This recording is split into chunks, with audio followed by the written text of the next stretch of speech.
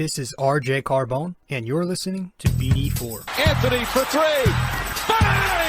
That one goes down. This one by Mattingly. Oh, hang on to the RJ Barrett does it again from downtown. He is just tearing the Orioles apart. It's good. Randle gets the bounce, and he ties the game. Houston ducks under.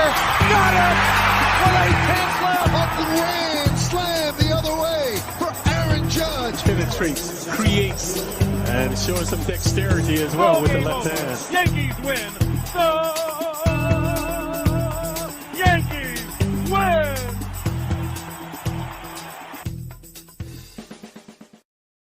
All right. What's going on, everybody? I'm your host, RJ Carbone. We're back for another episode of BD4, episode 301 of the podcast. Yeah, welcome to BD4, where there's no better way to get your Yankees and Knicks analysis. I'm your host, RJ Carbone. I think I just said that. Welcome. As I'm recording, and as you are listening to this as well, it should be January 7th on a Friday. Last night, the Knicks took down the Celtics in another thrilling game. When these two teams meet, man, it's always fun. You know, this was another game of the year candidate. Almost as good of a game, maybe as good of a game as the opening night game was when these two teams went head to head. Also, was that also at Madison Square Garden? I can't remember. I think it was. Or was it at the fake Garden? I don't know. But it was a good game last night, man. And we're going to get into that. But first, I just want to make sure that if you guys have not yet, be sure to subscribe to this podcast on the many listening platforms that we are on. BD4 is available on Apple Podcasts, Google Podcasts, Spotify, SoundCloud, our sponsor Anchor, Stitcher, and many other listening platforms wherever you get your podcast. If you want to watch this podcast, you can subscribe to us on YouTube to watch the video format. I'm just getting over having a cold, but so excuse me. But man, follow me on all those platforms, subscribe, download the podcast, share it with your friends, and if you haven't yet, follow me on social media as well. Facebook, RJ Carbone, and I'm also on Instagram at RobJCarbone. Now, let's talk about this game. Let's get to our first break, and I want to talk about this Knicks game because, it was definitely interesting. It was definitely a fun game to watch, and we have some things to say. Obviously, there are a couple things we need to talk about. With what happened, towards the end of the game with who. We'll get to that a little later to wrap up the show. But let's head to our first break, and we'll wrap this. We'll start breaking some things down. We'll summarize this game and do the usual. All right, be right back. Stay with us. All right. Hey guys, so I've noticed that only a small portion of you who watch the podcast on YouTube are actually subscribed. So make sure the next time you go to BD4 on YouTube, if you feel like subscribing, do it. This way it'll help the channel grow, reach out to more audiences, more Knicks fans out there, more Yankees fans out there, MMA fans, sports fans in general. Just whenever you watch BD4 on YouTube, be sure to subscribe to help us grow.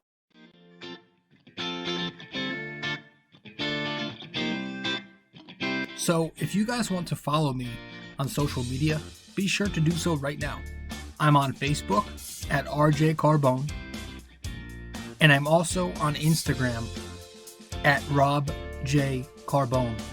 Once again, if you want to find me on Facebook, that is RJ Carbone. Instagram at RobJCarbone.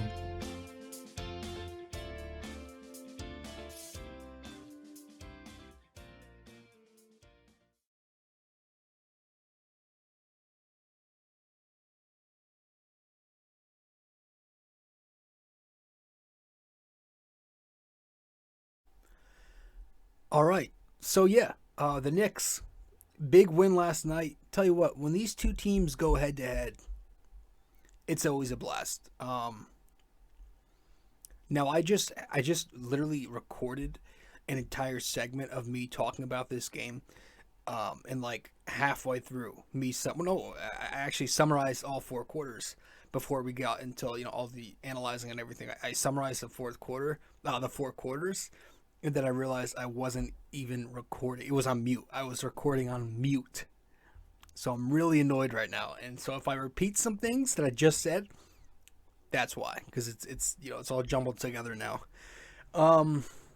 But yeah, if I leave some things out or repeat some things, just know that's because I literally just recorded and it was on mute the whole time, which I'm pissed off about. But the Knicks picked this one up 108 to 105, 108-105. Just make sure we're all set here before we do this again. We're good. Okay. Yeah, and if I didn't say it already, this was a game of the year candidate, up there with the first game of the season when the Knicks went up against Boston. So a 108 to 105 victory, almost went to overtime, but thankfully, RJ Barrett connects. But the Celtics really had this one in the first half. They were completely dominating the Knicks in that first half. I believe they connected on 11 3-pointers. They were shooting 56% from the field.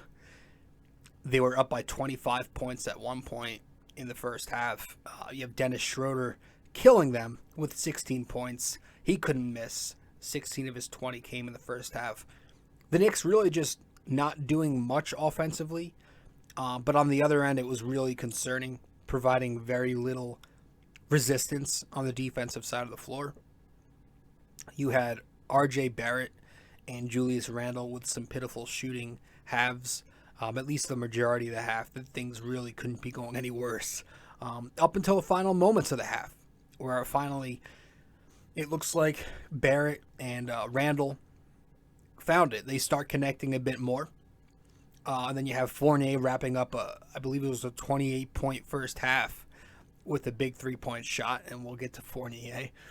But the Knicks, at halftime down 63-47 still, which to me, that's what, 16-point deficit? When you're around 15 points, give or take, that to me is like the breaking point of a game, where you're either one run away from being right back in it, or you are one run away from being blown out.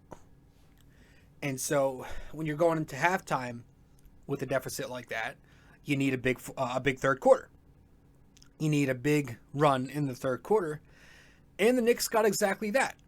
Thibodeau, coming out of the half, said the Knicks didn't have the energy, and he wanted to see that more coming out the gate in the third. And so they had that. It was more of an even third quarter for the majority of it. But the Knicks did make their big run later on in the period. After being down 20 points, I believe they were down 20 points late in the third. They go on this massive run, bridging from the end of the third into the fourth. It was 16-3 to conclude the third. Fournier couldn't miss. The young guys were working well quickly, providing some microwave scoring. Randle was being aggressive, going to the hoop a couple of times with a pair of layups to wrap up the quarter. But, it extended to like a 20-3 run maybe. To start the fourth quarter, we kept pushing. Taj connects on a 16-foot jumper from Fournier's assist. Then you had Taj assisting quickly on a 3-point jumper. That's when the Knicks finally take a lead, 84-82, and the Celtics call a timeout. Out of the timeout, the Celtics get a pair of baskets. You had Smart connecting. Tatum gets a few to fall. But really, the Fournier show continues for the Knicks, and he keeps pouring it on. And then you get some key plays late at the end there by both sides. For the Celtics, you had Tatum, that and one drive on Fournier. He converts at the line to make it 101-99 Celtics with 1:45 to go. Then you had Randle getting a shot to put the Knicks up with a wide open 3 ball. but he misses the shot with about 1:30. The Knicks still down 2.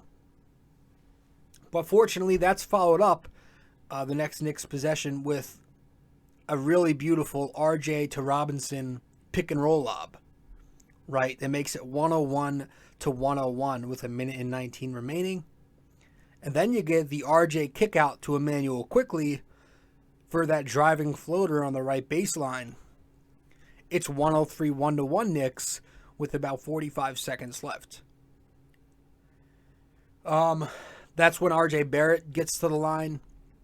He misses a big free throw. And then not long after, with 12 seconds left, the Knicks were up just 1 point, and you had Julius Randle missing the first of his 2 free throws. Randle hits the second, but then you have Jason Tatum in the half court on the other end, taking 3 dribbles to his right, connecting on that step back 18-footer near the right wing, and it's a tie game with 1:05 to go. So the Knicks, Thibodeau, calls a timeout, and I'm pretty sure he drew this thing up for RJ. RJ gets it, comes around a quick slip by Quickly, and he banks it off the glass for 3, and the Knicks win. And the Garden goes freaking wild. Absolutely wild does the Garden go. I mean, it was nuts, and it must have been really, really fun to be in that building. My buddy actually went to the game, and he was telling me how loud it was. I'm sure it was electric inside and outside the building. I'm sure the streets of NYC were going crazy as well. But yeah, man, that was something to watch. It was definitely up there, and has to be a game of the year candidate right now, up there with that first game these two teams met. Fortunately, we got a break from Reggie Miller.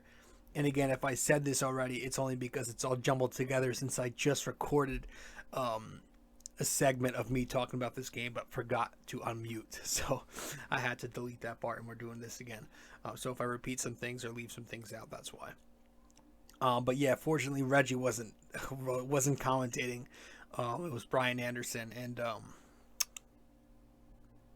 who else? I forget the other guy, but I shouldn't forget him because I'm pretty sure it was a big name. Van Gundy. It was Van Gundy and Anderson. they did a nice job. They did a nice job calling the game. But big win for the Knicks. We beat the Celtics at the buzzer behind RJ.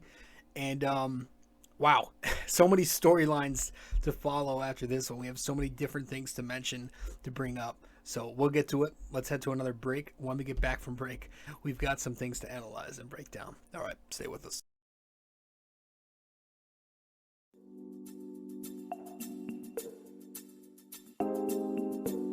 So BD4 is on so many platforms to listen to.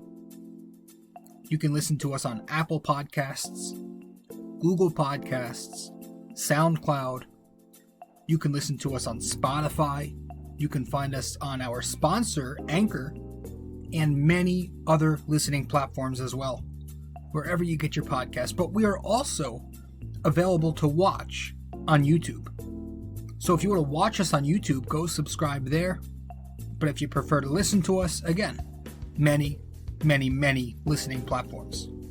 Just be sure to subscribe, download, give us a rating, a review, comment, share the podcast, and all that fun stuff. This is BD4, where there's no better way to get your Yankees and Knicks analysis. All right. So let's where do we start? I guess you start. Yeah, I guess you start with I want to talk about something before we get to the player by player, analysis. I want to talk about a few things on those last couple of plays. First off, that pick and roll with RJ and Mitch, with a minute or so left, was absolutely beautiful. We saw this in Indiana. Those two connected in pick and roll. We saw it here. It works a lot when we do it. It works a lot, but we just barely run that action for some reason. I would love to see Thibodeau incorporate that more into the offense. You know, instead of just basing his offense off of a lot of elbow isolation and, you know, a ton of DHO, let's run some more actions between those two guys. Let's run some more pick and roll action between RJ and Randle. You know, some pick and pop actions between those two. You know, I just... There was also the RJ kick out. You know, that quickly floater was perfection. He looked way more composed. I was going to say compromised. He looked way more composed last night. Quickly did. But that floater looked totally under control on that drive. Never did I feel like that shot was going to miss. I had total confidence as soon as he threw that up that it was falling. He looked very sharp last night. And again, RJ, as that playmaker, I'm happy he was the one to make that tough pass on the drive there. Right? It was a very risky pass, but it was a good dart pass.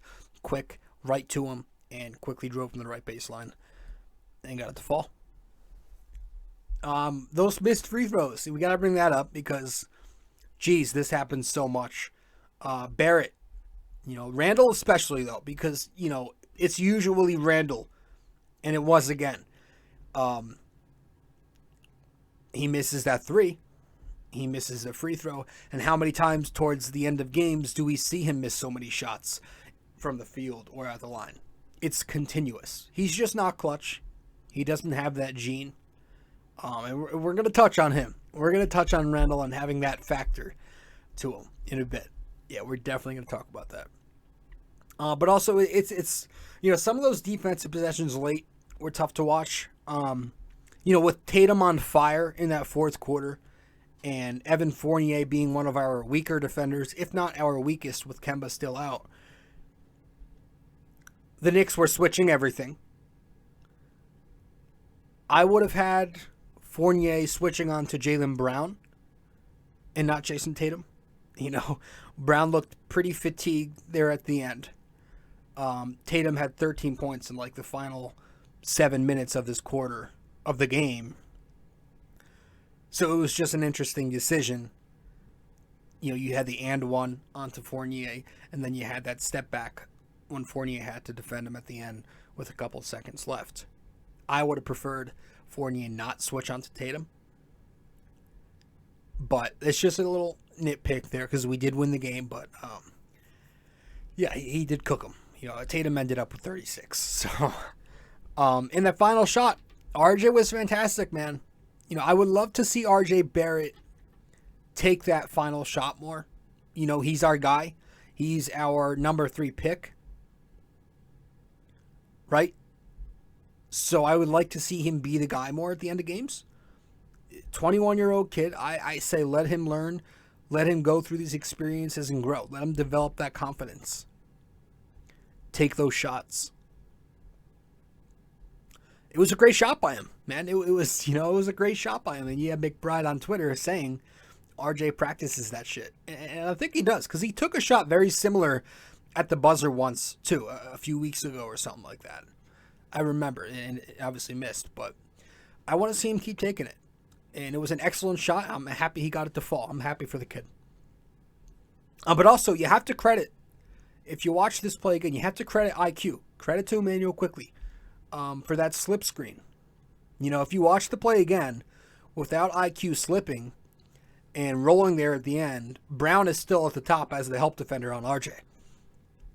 Right, but instead it's just Tatum, who defends it well, but RJ was the lucky one tonight, last night, just getting that shot to fall. But the good thing was that, you know, if you watch it again, you'll see Quickley with a quick slip down the middle of the lane to draw, you know, to provide some spacing and draw Brown away from Tatum and RJ.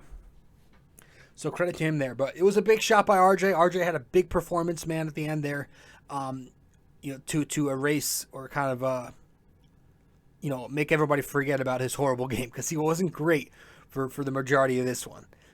He scores 13 points on 4 for 15 shooting. He had 6 rebounds and 3 assists. But yeah, he was 3 for 14 before that shot. 1 for 3 from 3 before that shot. Excuse me. It was just a rough game most of the night for RJ.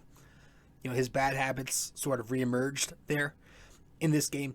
That tunnel vision that we always talk about coming out of college, that's always been an issue. That tunnel vision when he's driving. He was basically just going left every single time and getting his shit sent continuously. Countless amounts of blocks by Robert Williams. I think he had 7 on the night, but at least 4 of them were on RJ Barrett. You know, this is a Celtics team who's currently 6th in defending points in the paint. Everybody knows Robert Williams is an excellent defensive player. He's kind of similar to Mitchell Robinson, you know, 2 rim rollers. But yeah, it was a rough game for him. Couldn't get it going with his left hand, which is usually his strong side.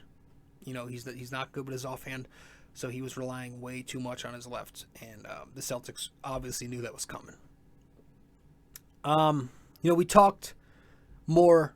We talked about that pick and roll game with Mitch, and how I said we just need to see that worked more. You know, we didn't run it a ton, and he failed to look for Mitchell Robinson this game.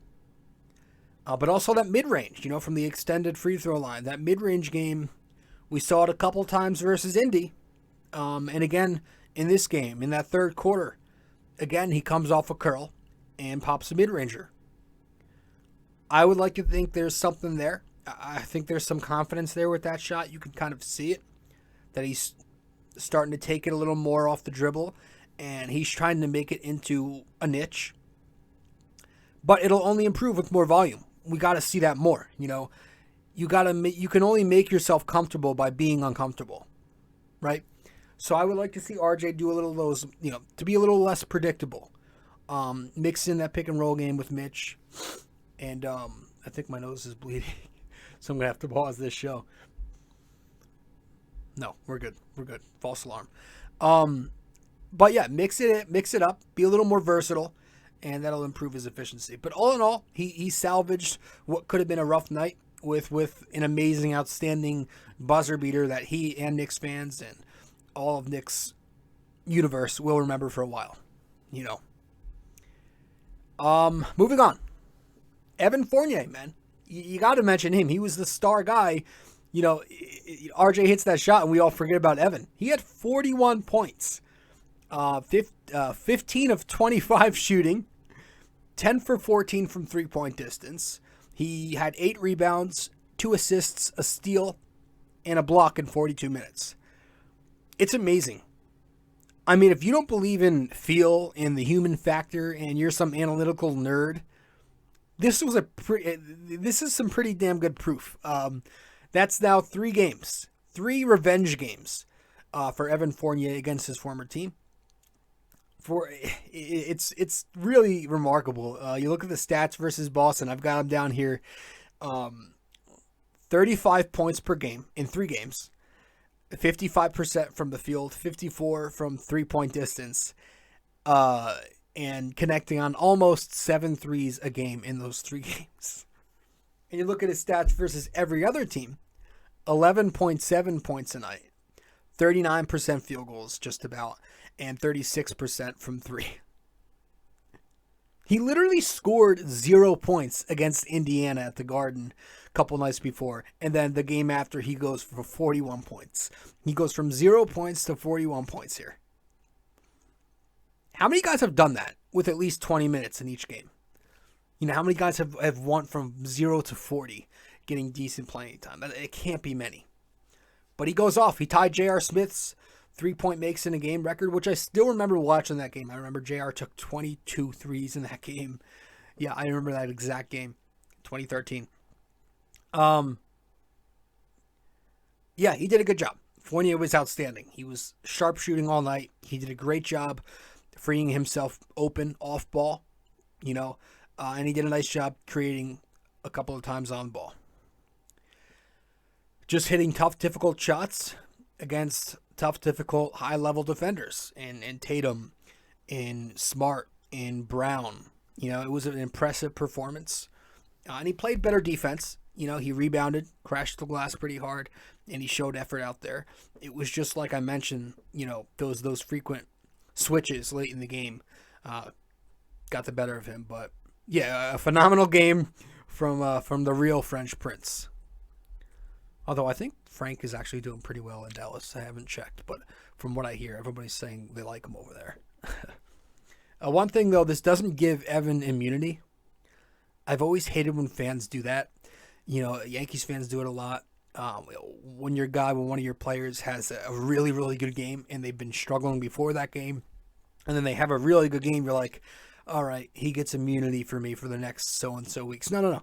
That's not how things work. And I'm guilty of it because I joke around and say that shit too, but that's not how things work, man. You got to show up every night. And especially if you're Evan Fournier making $73 million now, you're going to have to show up more consistently. It can't just be against Boston, but he doesn't have to know that, And we do have Boston again. It's a home and away split. We have them again on Saturday night. So it'll be interesting to see what he does. Really, really interesting. But I might start hitting the over on his point totals when he goes up against Boston. But he had a good game. Let's see, to round out the starting lineup here. Burks, 3 points on 1 for 10. 7 assists, 9 rebounds, 1 steal, 37 minutes played. Not much from him last night. He did attack the glass well, but no offensive production really in terms of scoring. It makes you wonder, again, why not give more minutes to Grimes, to McBride in games like this where Burks is not going offensively, and even, plugging in McBride could have helped slow down Schroeder, who finished with 20 points, right? So it just makes you wonder. This is, again, Tibbs favoring the vets over the young kids, and it's something that hasn't changed since he's been a coach. Mitchell Robinson got the start last night. Got to give more than 4 rebounds in 27 minutes. That's the first thing I'm going to say. But usually I'll give him a lot of crap for his scoring totals too. Now, he only had 7 points last night, but he was 3 for 3. And again, he wasn't really looked too much, and should have been, as a role threat. He should have been given a lot more opportunities. It's a matchup he could have handled in Robert Williams, but we talked about that enough already. That pick and roll game needs to be featured more. I want to get to Randle later. I want to get to him to wrap this up. We'll head to break, then we'll get to him. But first, Emmanuel quickly. Let's talk about him off the bench real quick. He had 16 points. He was 6 for 12 from the field. He was 3 for 5 on his 3-point shots. 1 for 1 on free throws. 3 assists, a steal, and 2 turnovers, 25 minutes. Quickly was huge, man. This was vintage Quickly. This was the guy you want to see more often. You just wish it came consistently. But it was big shot making in the fourth quarter. His energy, he comes in, and he changed the entire game for the Knicks in that second half. His momentum shifting play was huge, just with the amount of buckets he was getting in key moments to spark the Garden crowd. He played the entire fourth quarter, and he was excellent. He was punishing defenders when they went under on the screen, and he used his floater a number of times when he drove. Still like to see him mix in a few mid-range jumpers. He's going to have to work on that, but I thought he played pretty well. And I thought defensively, other than some miscommunication with Fournier on those switches, he played pretty good. He was playing pretty competitive defense. He was getting out and contesting 3-point shots pretty well. So I thought Quickly was pretty good tonight, or last night. I keep saying tonight. Last night. I say tonight a lot because usually I'll record the podcast the night of the night of the game. But that's actually one of my New Year's, resolutions. I hate using that term. Is I'm trying to get to bed earlier, so I try to record these things the next day. But yeah, Quickly was good. We're going to head to break, and, I kind of want to wrap things up and talk about a certain player and something that happened last night. So we'll get to that. Stay with us. Hey guys, I hope you're enjoying this episode. But first, I also want to let you know I have another blog. The blog I'm writing for is on ultimatesportsnetworks.com, titled The Bomber Bacher Blog. If you want to go subscribe to this blog, you should do so using my promo code 6A2 841-ERJC. Using that, you'd get a discount $7.99 a month to get the best Knicks and Yankees opinionated content around. Once again, guys, the Bomber Bocker blog on ultimatesportsnetworks.com using promo code 6A2 841 ERJC, $7.99 a month.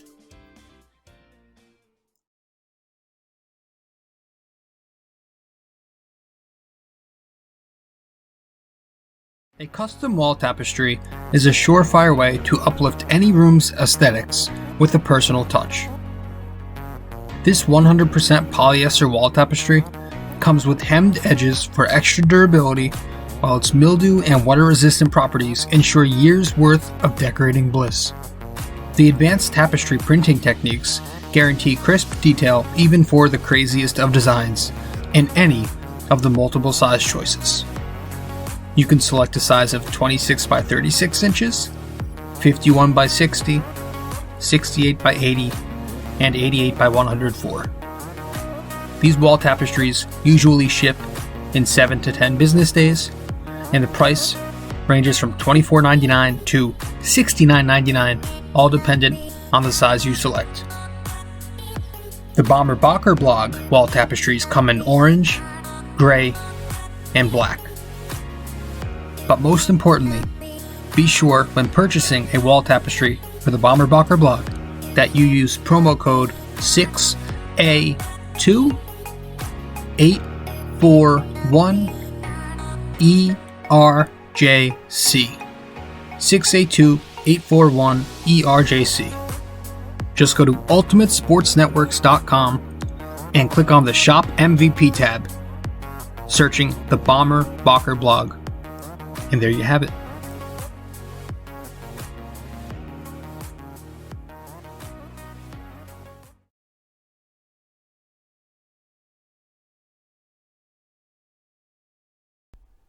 All right, let's get to this because I really want to talk about it. So what happened? So in the first half of this game, towards the end of the first half, I believe it was. All right, so for Julius Randle, he scores 22 points, 8 for 20 from the field, 2 of 8, 4 for 6 from the line, 8 rebounds, 2 assists, 2 steals. You know, he got better as the game went along, I guess. Some strong takes at the end of that second quarter and in the third quarter, and some good play in the second half overall. Got better as it went along, and hey, the effort was there. You know, you gotta praise him for that now, right? Which leads me to what I would really, really want to talk about. So, yeah, at the end of the first half, I believe it was. Apparently, I wasn't there. I can't attest to it. I didn't hear it on the TV. Apparently, the Knicks fans were booing Julius Randle off the court again. Okay? And so, towards the end of the game, you know, when the Knicks are in their going on their run, Randle gives a thumbs down to the Knicks crowd, and apparently he's telling them to shut the F up. I'm not shocked at it. You know, I've known, me personally, I've known for quite a bit now that Randle is mentally weak. That's just my opinion. Maybe he's not. I mean, from what he's shown, I think he's pretty mentally weak. Actually, most star athletes today are mentally weak in this generation, but hey. But with Randle, to me, it was really exposed in the playoffs last year. Even just watching him towards the end of games, you know, since he's been a Knick in the clutch. But really exposed in the playoffs once fans were allowed back into the seats. Playing in front of a crowd again this year has reverted him back to his normal self. That's really, to me, it just doesn't seem like he has that alpha mentality, that clutch gene, and that gene to not be bothered and rattled. But, I mean, the whole thing, you're throwing a thumbs down, saying F you to your own fan base. You know, I get it. They're doing that to you. They're booing you. But you have to know, this is what you signed up for, pal. You know, this is literally what you signed up for. When you decided to ink your signature write your little love letter on the Players Tribune, you made a deal with the fan base also. I hope you know that. Right? You didn't just make a deal with the New York Knicks. You made a deal with their fans, with New York City. Don't think that... Do you not know that Patrick Ewing dealt with that shit? That Ewing dealt with some ugly shit. Fans were saying some pretty ugly shit to him. Especially at the end there.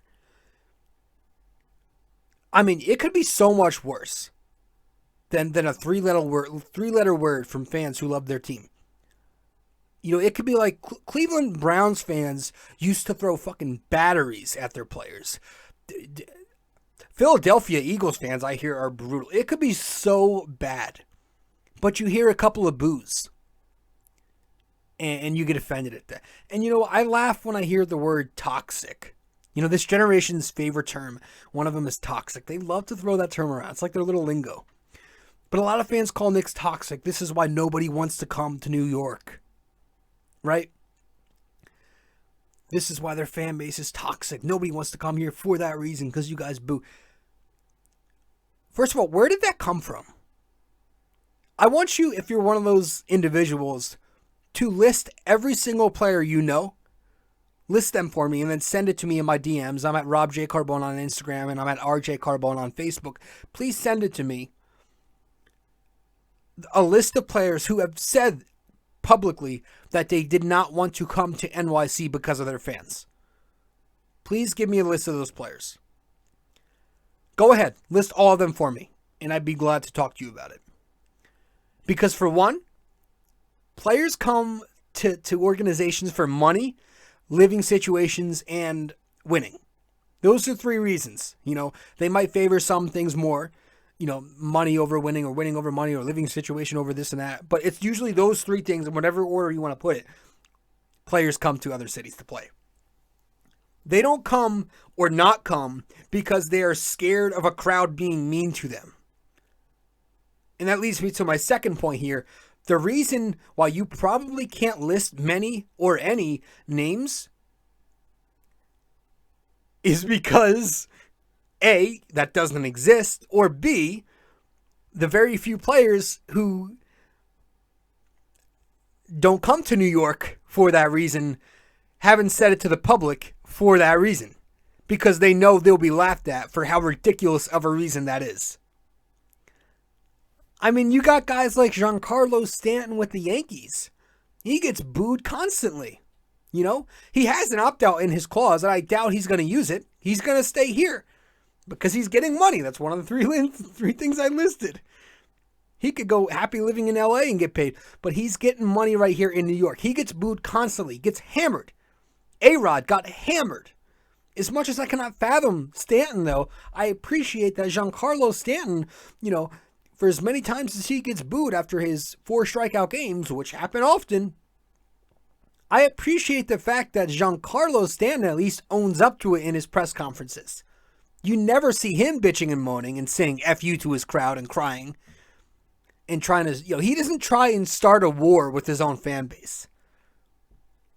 Eli Manning even dealt with this crap constantly, a champion in New York who loves this city. Listen, we're fans. We're fans. We're not cheerleaders. Do you want cheerleaders? Then either get the hell out of New York City or maybe start dating a Knicks City dancer on the side, although I'm not sure your wife's going to be happy about that.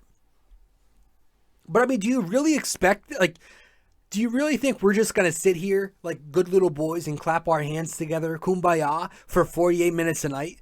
Especially when you're the one going out there playing the way you are. That's the thing too, man. Listen, I know Randle isn't that great of a player. I get it. He's not that good. Okay, he's talented. He's a really good player, but he's not great. I get that. But talent and effort are two completely different things. NYC is not booing you because you simply aren't playing with that very well, that good. They're not booing you because you're not good. They're booing you because you're not putting in effort every single night. You just took $117 million from our favorite franchise, okay? And you're going out there and playing in our arena, and you're not giving your effort every night. You're getting booed Because you're not playing hard enough every night. Because of your lazy screens. Because you're not cutting hard without the ball. You're sitting there standing waiting for it. Because of your repetitive mistakes, dribbling into a double team. Walking back on the other end of the floor when things don't go your way offensively. Not closing out hard enough to contest the three-point shot or to prevent a dribble drive. Skipping your defensive rotations. Your efforts are egregious, and they have been, I would say, a good portion of games this season. That's why you're getting shit from the fans. That's why you're getting booed. Okay? It's completely warranted. It's completely warranted, and you have to deal with that. You should have knew that. Don't try and start a war with the fans, because you're not going to win this shit. I'm telling you right now, you're not winning you're not winning a war with the NYC fan base. No way in hell are you. So I suggest we stop being so sensitive, right? In this era, we are so sensitive, man. I don't care how much of a boomer I sound like. That doesn't mean I'm wrong. Players in this era, athletes are constantly on social media, so they hear this crap. You know, we've got guys making burner accounts, going back and forth with their fans on social media. They're so in their heads. They let it bother. You can't let that bother you. You cannot let things like this bother you. And I thought they made some. They're always, to me, when I watch the TNT halftime postgame guys, you know, Kenny, Ernie, Chuck, and Charles, Chuck and Shaq, they're always reasonable. And they actually brought this up on the postgame. They were making some really good points, and they were saying very similar things. And I thought Barkley really nailed it. You know, he was nailing it, hitting the nail on the head. You're not, you know, you can't expect to go out there and be inconsistent with your efforts and not get booed. You're not just going to get cheered every single night. It's incredibly crazy to me to think you have to have this mentality that you're so entitled that no matter what you do, even if you don't give your effort, that despite you being lazy, making $117 million, you think you're going to get cheered constantly, even when you half-ass it. It makes no sense to me, dude. So live with it. You have to live with that fact. The fans are going to give you shit when you're not playing well, and they're going to cheer for you when you're playing well. That's just how it is. That's how it is in sports. It could be so much worse. You could get batteries thrown at you, like I just said. You could have shit thrown onto the court. It could be so much worse, but you're crying and you're getting a little sensitive over a 3-letter word from New Yorkers who want nothing but success for their favorite team. Carmelo Anthony is another one I didn't even list. He got so much shit from Knicks fans. He dealt with it. He said the right things. He didn't say F you in these post-game pressers about his fans. No. Stop crying. I'm not a big fan of Randle, but man, this one's annoying. Especially when it's an effort thing, right? It's an effort thing. You should know. You should be sitting there understanding this. Ugh. Not a fan of the guy, if you haven't caught on yet. But, you know, I don't want to make that the theme of the night. The Knicks won. It was a great game. Excellent game by RJ Barrett. Randle got better as the game went along. Quickly was outstanding off the bench. Fournier was the best player on the court for 47 minutes before RJ took over in that final second. So, yeah, man, great win. Let's get to the NYY-NYK question of the day. And that'll be that from there. So, episode 301 of the podcast tonight, I've got a true or false question for you for our NYY-NYK question of the day. So, true or false, Patrick Ewing has the most offensive rebounds in Knicks history. Is that true or is that false? Patrick Ewing has the most offensive rebounds in Knicks history. So let me know the answer, whether that's on Facebook or Instagram via my DMs or commenting once I publish the promo to the podcast. All right, guys, thank you so much for tuning in. I'm your host, RJ Carbone. This is episode 301 of BD4, where there's no better way to get your Yankees and Knicks analysis. And we'll see you after the next game. The Knicks play the Celtics on Saturday, so we'll see you tomorrow night or Sunday, depending on when I record. All right, guys. Ciao.